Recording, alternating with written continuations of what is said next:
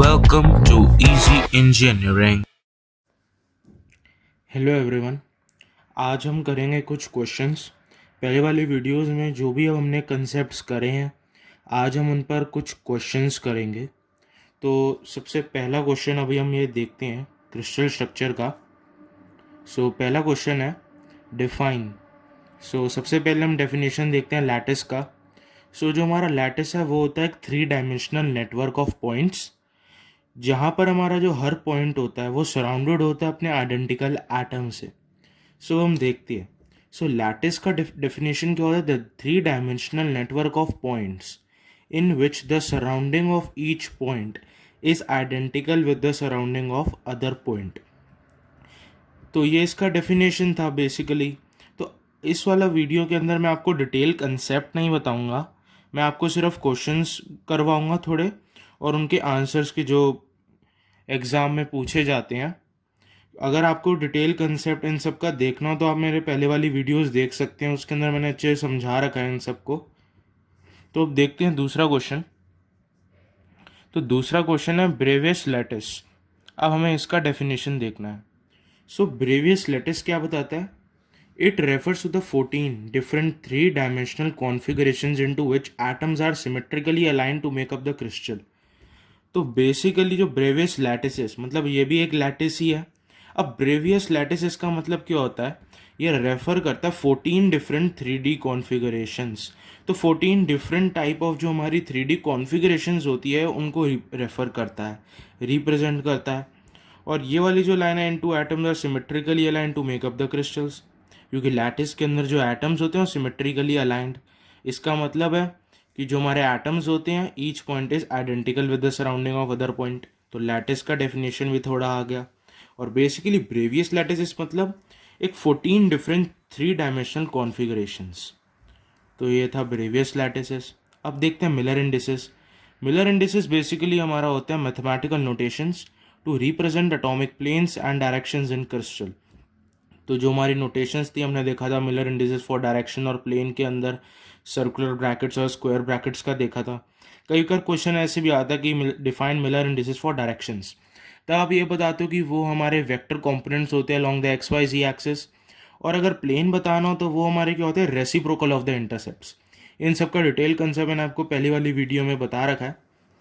तो इसके बाद हमारा है डिफाइन पॉइंट डिफेक्ट्स।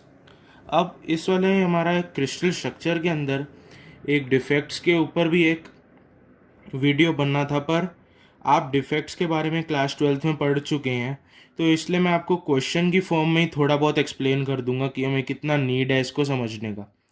तो अब देखते हैं हम point defects. Basically point defect, defect का मतलब कुछ डिफेक्ट होगा हमारे सॉलिड क्रिस्टल में, पॉइंट का मतलब कि उस पर्टिकुलर पॉइंट में होगा।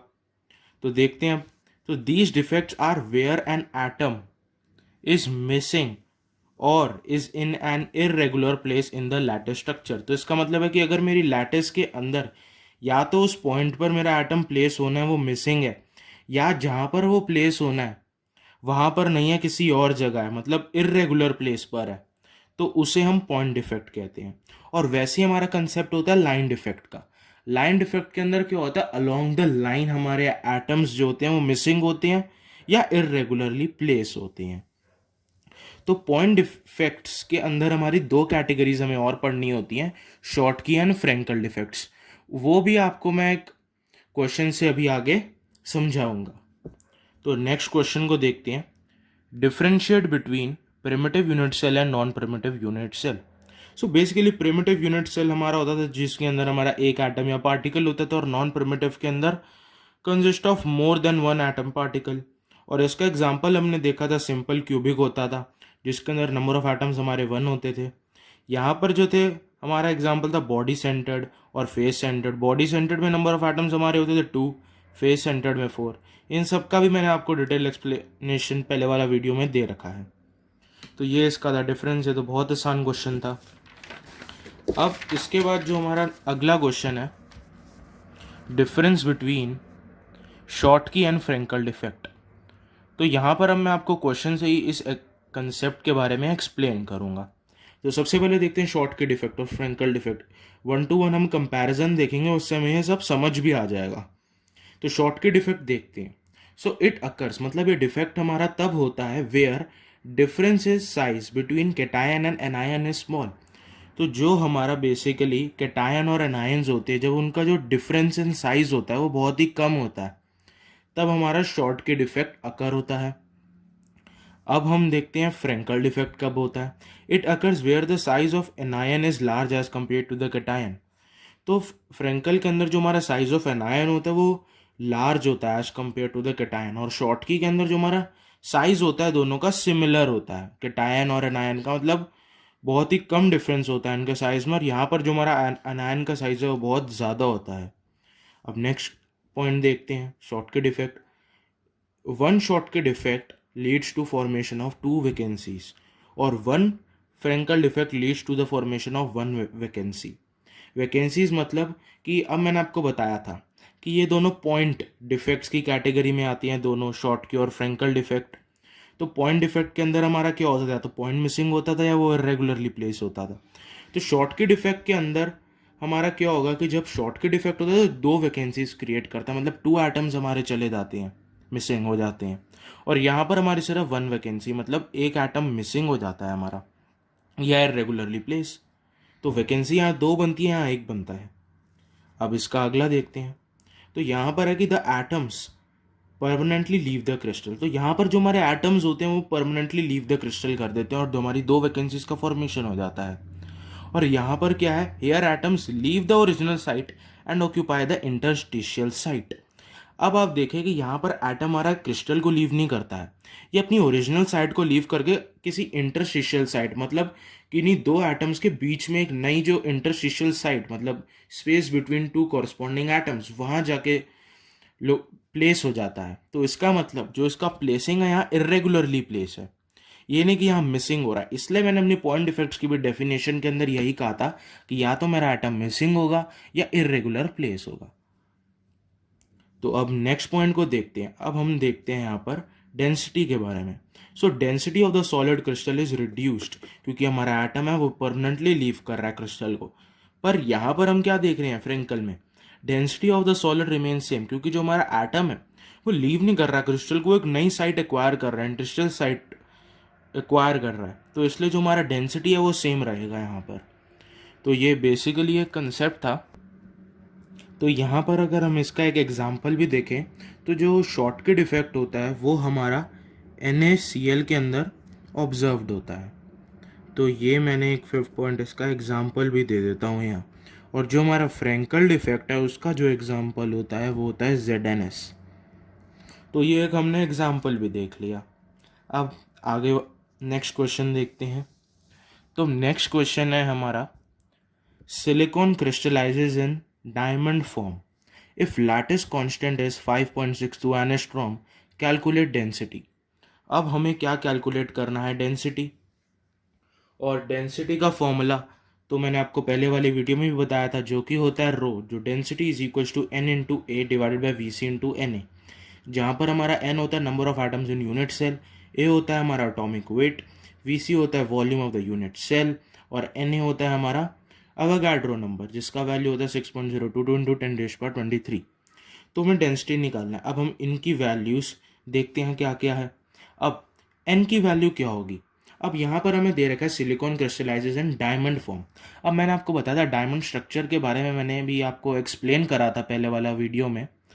तो डायमंड स्ट्रक्चर के अंदर जब हमने देखा था कि उसके अंदर कितने नंबर ऑफ एटम्स होते हैं, वहाँ मैंने आपको बताया था कि आपको याद रखना होगा, आगे मैं आपको एक क्वेश्चन करवाऊंगा तो ये वही क्वेश्चन है।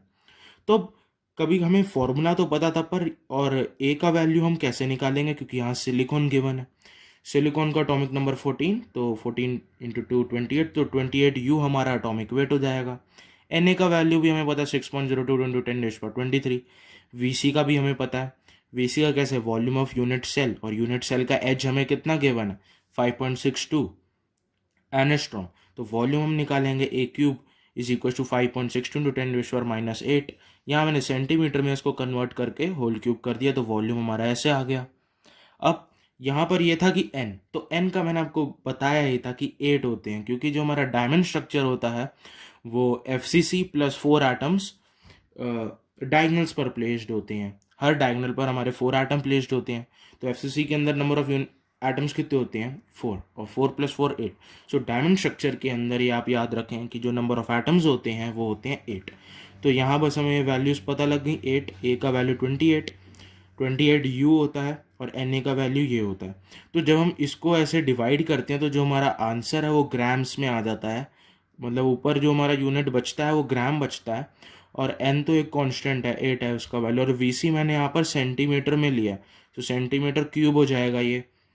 अगर हम देखेंगे ये सेंटीमीटर क्यूब हो जाएगा, तो जो डेंसिटी आएगा वो हमारा ग्राम पर सेंटीमीटर क्यूब में आएगा।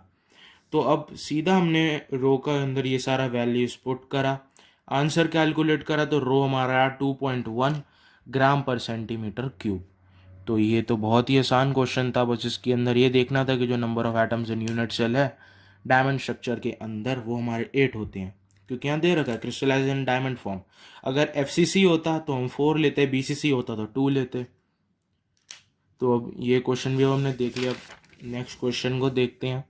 अब नेक्स्ट क्वेश्चन है हमारा, what is the significance of each notation.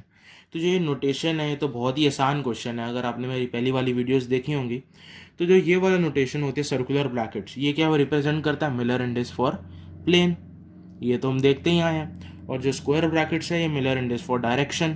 पर यहाँ पर अब आप कंफ्यूज होंगे कि ये जो करली ब्रैकेट्स हैं और ये एंगुलर ब्रैकेट्स हैं ये क्या करते हैं। अब जैसे कि जो मैंने करली ब्रैकेट्स के यहाँ लिखा है फैमिली ऑफ मिरर प्लेन्स, मतलब जो मेरे करली ब्रेसेस होते हैं, ब्रैकेट्स होते हैं, ये क्या रिप्रेजेंट करते हैं कि ये पूरी फैमिली को रिप्रेजेंट करते हो मिलर प्लेन्स।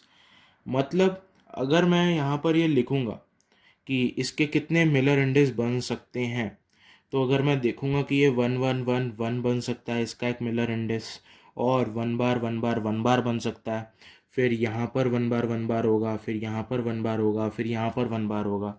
तो ये वाले जो करली ब्रेसेस होते हैं पूरी फैमिली के जो मिलर प्लेन्स बन सकते हैं इन इन इस कॉन्फ़िगरेशन की वजह से। मतलब अगर मैं देखूंगा करली ब्रेसेस का मतलब मैं ऐसे समझ सकता हूँ कि अगर मैं इसके मिलर इंडेक्स को फाइंड करूँ तो 1 1 1 अगर करली ब्रेसेस इक्वल्स टू मैं लिखूँ तो एक मेरा मिरर इंडेक्स बनेगा सर्कुलर ब्रेसेस के अंदर 1 1 1। फिर मैं इसका इन्वर्स करूँगा तो मेरा एक बनेगा 1 बार 1 बार 1 बार, फिर मेरा बनेगा 1 बार 1 1 बार, फिर मेरा 1 बार 1 बार 1, फिर मेरा बनेगा 1 1 बार 1 बार। तो ये पूरे फैमिली को बताते हैं। ऐसे ही जो हमारे ये एंगुलर ब्रेसेस होते हैं ये फैमिली ऑफ मिलर डायरेक्शंस को रिप्रेजेंट करते हैं।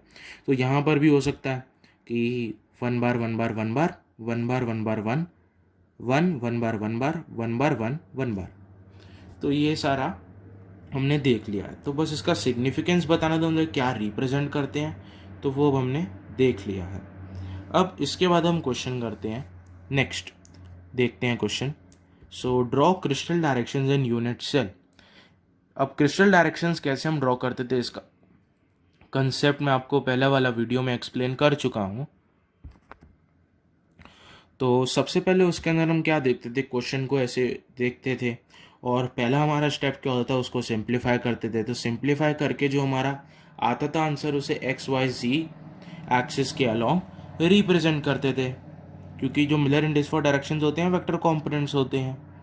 तो हम कैसे मूव करते थे, तो पहले हम ये देखते थे कि हमारा ओरिजिन कहाँ बनेगा, फिर हम ओरिजिन से एंड पॉइंट तक जाते थे और ओरिजिन और एंड पॉइंट को, सॉरी यहाँ पर कुछ गड़बड़ी हो गई थी, चलो अब ये देखते हैं। तो हम क्या करते थे, ओरिजिन से एंड पॉइंट तक जो हम ड्रॉ करते थे फिर वही हमारा डायरेक्शन रिप्रेजेंट करता था। तो अब ये जो क्वेश्चन था 1 2 बार 1, इसका तो सॉल्यूशन में आपको अच्छे से डिटेल कंसेप्ट मैंने आपको जो मिलर इंडेक्स फॉर प्लेन वाले के अंदर जो हम डायरेक्शन करते थे, जो पार्ट 3 का थर्ड सी पार्ट था उसके अंदर स्टार्टिंग में मैंने आपको इसका एक सही क्लैरिफिकेशन भी दे दिया था और अच्छे से आपको एक्सप्लेन भी कर दिया था। चलो मैं एक बार और आपको थोड़ा बता देता हूँ। तो सबसे पहले हमने देखा 1 2 बार 1 था, तो हमने सबसे पहले इसको सिंप्लीफाई करा, 2 कॉमन लेके हाफ, 1 बार हाफ आ गया। अब मैंने आपको क्या बताया था कि अब हम सिर्फ इस वाले पार्ट को कंसिडर करेंगे और ये हमारे पास एक्स वाई जी के वेक्टर कंपोनेंट्स आ गए हैं। तो हम ये देखते थे कि कहीं क्वेश्चन में -1 तो नहीं है, क्योंकि अगर -1 होता है तो हम ओरिजिन शिफ्ट करते हैं। -1 हमारा वाई के वाई एक्सिस पर है, तो मैंने आपको क्या बताया था कि हम वाई एक्सिस पर पॉइंट यहाँ ओरिजिन शिफ्ट कर देंगे, पर आप कहेंगे कि मैंने यहाँ की ओरिजिन शिफ्ट कर रखा है। तो मैंने आपको इसके दो आंसर्स बताए थे कि मैं ओरिजिन कहीं पर भी अपना ले सकता हूँ, क्योंकि इन्फानाइट ओरिजिन्स होते हैं पूरी एक क्रिस्टल लैटिस के अंदर, क्योंकि यहाँ पर भी एटम, यहाँ पर भी हमारा एक यूनिट सेल बनेगा, यहाँ पर भी यूनिट सेल, यहाँ पर भी, तो इन्फानाइट ओरिजिन्स होते हैं, तो हम कहीं पर भी ओरिजिन अपना ले सकते हैं। तो यहाँ पर मैंने वैसे इसलिए ऐसे ओरिजिन लिया था क्योंकि जब मैं हाफ एक्स के एक्सिस मूव करूँगा और -1 और फिर यहाँ से हाफ जाऊँगा, तो मेरा जो हाफ है वो सेल एच पर बन जाएगा। और अगर मैं यहाँ पर लेता, जो मैंने आपको कंसेप्ट बताया था, अगर मैं यहाँ ओरिजिन लेता तो मैं हाफ एक्स एक्सिस के लॉन्ग मूव करता, क्योंकि ये मेरी ऐसे ओरिजिन बनता। फिर यहाँ से ही मैं यहाँ पर मूव करता, नेगेटिव -1 पर आ जाता मैं, फिर यहाँ से हाफ मूव करता तो यहाँ, तो फिर मैं यहाँ से यहाँ भी ज्वाइन करता। अब अगर मैं यहाँ से यहाँ ज्वाइन करूँ, यहाँ से यहाँ ज्वाइन करूँ, तो मैं ये देख सकता हूँ कि ये दोनों ही पैरेलल हैं। और ये आपको पता होना चाहिए, अगर दो वेक्टर्स पैरेलल होते हैं तो उनका डायरेक्शन सेम होता है। तो अगर मैं यहाँ से यहाँ भी बनाता, यहाँ से दोनों की डायरेक्शन सेम ही है, ये दोनों पैरेलल हैं, इनके बीच का डिस्टेंस भी आपको पता लग जाएगा कि ये एक्स एक्सिस से ऐसे मैंने पैरेलल शिफ्ट करूँ तो हाफ होता है। अगर आप देखेंगे मैं यहाँ से अगर यहाँ भी ज्वाइन करूँगा ऐसे करके, तो ये पैरेलल ही होंगे, तो इनका डायरेक्शन सेम है। तो यहाँ मैंने ऐसे बना दिया है, तो आप ऐसे भी बना सकती हैं। इसका डिटेल मैंने आपको ऐसे पहले वाला वीडियो में बता भी रखा है, वैसे इसका सॉल्यूशन यही है, मैंने आपको और बता ही दिया है। तो चलो अब नेक्स्ट क्वेश्चन देखते हैं। नेक्स्ट क्वेश्चन क्या है, 2 बार 0 0। तो सबसे पहले 2 है तो सिंप्लीफाई, 2 को कॉमन लिया तो ये 1 बार 0 0 आया। अब हमने क्या देखा, सबसे पहले -1 हमारा कहाँ पर है, एक्स वाई और जी देखा, एक्स पर है हमारा -1, तो हमने यहाँ ओरिजिन शिफ्ट कर दिया, तो यहाँ ओरिजिन शिफ्ट कर दिया। फिर अब यहाँ से हम अपना डायरेक्शंस लेंगे, तो हमें -1 जाना है, तो -1 यहाँ चले गए, फिर z भी 0 है, y भी 0 है, तो कहीं गए नहीं, तो ये एंड पॉइंट हो गया। स्टार्टिंग से एंडिंग पॉइंट ज्वाइन करके आ गया हमारा आंसर। फिर अब देखते हैं 1 0 1। अब यहाँ तो हमें कुछ शिफ्ट भी नहीं करना, सिंप्लीफाई भी नहीं करना, सीधा यहाँ से हम, ये ओरिजिन है हमारा, यहाँ से मूव करेंगे एक्स एक्सिस के अलॉन्ग 1, वाई एक्सिस के अलॉन्ग हमें कुछ 0 है, और फिर जेड एक्सिस के अलॉन्ग है 1, तो यहाँ हमारा एंडिंग पॉइंट आया। इसको ज्वाइन कर देंगे तो हमारा आंसर आ जाएगा, और ऐसे एरो का ऐसे बना देंगे, starting to origin, O sorry, ये स्टार्टिंग और ओरिजिन एक होता है, तो एंडिंग पॉइंट और starting point to ending point की साइड पर ऐसे एरो बना देंगे। तो ये हमारा रिप्रेजेंट हो गया, ड्रॉ कर लिया हमने। अब हम नेक्स्ट क्वेश्चन देखते हैं। अब अगला क्वेश्चन क्या है, in a unit cell of simple cubic structure find angle between normal to pair of planes having Miller indices 1 to 1 and 1 1 1। तो अब आप यहाँ देखें कि क्या दे रखा कि find angle between normal to pair of planes, मतलब अगर आपके पास ये दो प्लेन्स हैं, इनका नॉर्मल के बीच का एंगल आपको फाइंड आउट करना है, और प्लेन्स का आपको मिलर इंडिसेस दे रखा है।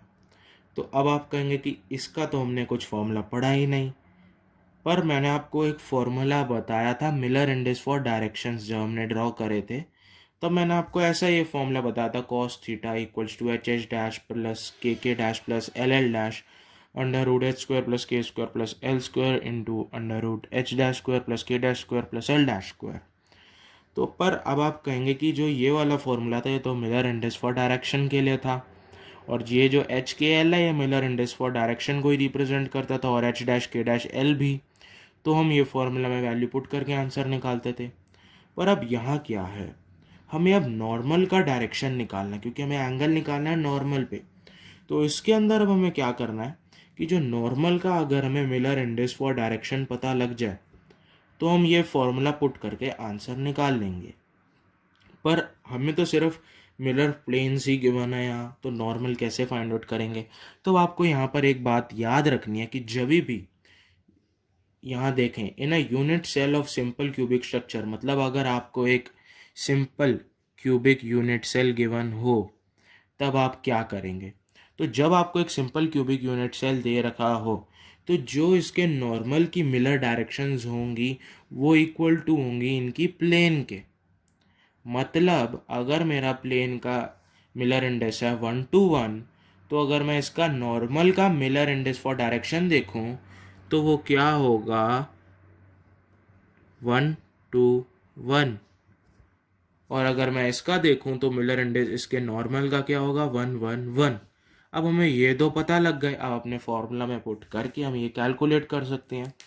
तो अब आंसर देखते हैं। यहाँ मैंने लिख दिया है एक्सप्लेनेशन भी कि for a cubic unit cell when Miller index of plane is given, मतलब मिलर इंडेक्स ऑफ प्लेन हमें यहाँ गिवन था, देन और मैंने ये भी बता दिया कि क्यूबिक यूनिट सेल के अंदर ही, then Miller index for directions of normal, normal का जो मिलर इंडेक्स है is equal to the Miller indexes of plane, that is इसका हमारा हो जाएगा 1 2 1 और इसका 1 1 1। फिर कॉस थीटा के अंदर ये आपको पता है, ये एच है, ये के है, ये एल है, ये एच डैश है, के डैश एल डैश है। फिर मैंने यहाँ वैल्यू पुट करा, सॉल्व करके हमारा आंसर कैलकुलेट करा, तो थीटा का वैल्यू 19.47 डिग्री आया। तो ये हमारा आंसर था। तो इस क्वेश्चन के अंदर बस यही ट्रिक था। आपको ये फॉर्मूला तो पता था, पर आप यहाँ पर कंफ्यूज हो गए क्योंकि ये प्लेन गिवन था यहाँ, और नॉर्मल का आपको डायरेक्शन फाइंड आउट करना नहीं आया। पर यहाँ यही था ट्रिक कि जो सेम हो जाती हैं यहाँ, डायरेक्ट जो नॉर्मल के मिलर इंडेक्स होते हैं डायरेक्शंस के लिए, वो प्लेन के सेम हो जाते हैं अगर सिंपल क्यूबिक यूनिट सेल हो। तो इस क्वेश्चन का यही एक ट्रिक था। तो अब ये वीडियो लंबी हो गई है, तो इसको अब यहीं पर एंड करते हैं। इसके मैं ऐसे आपको और भी कुछ क्वेश्चंस करवाऊंगा, पर पहले उनके हम कंसेप्ट्स देखेंगे। इसके आगे हमारे कुछ कंसेप्ट्स और रहते हैं, फिर मैं इसका और नए क्वेश्चंस भी आपको समझाऊंगा। तो भी जितने हमने कंसेप्ट्स पढ़े, हमने उन पर कुछ क्वेश्चंस देख लिए, तो अब इससे हमारा ये प्रैक्टिस भी हो सकती है। तो आप एक बार इन्हें अच्छे से देख लेना। अगर आपको कहीं भी डाउट होता है आप कमेंट में लिख सकते हैं। और तो चैनल को आप सब्सक्राइब कर लेना, ताकि जब मैं इसके नेक्स्ट क्वेश्चन की भी एक पार्ट डालूं तब आप उसे देख सकें। तो इस वीडियो को भी यहीं एंड करते हैं।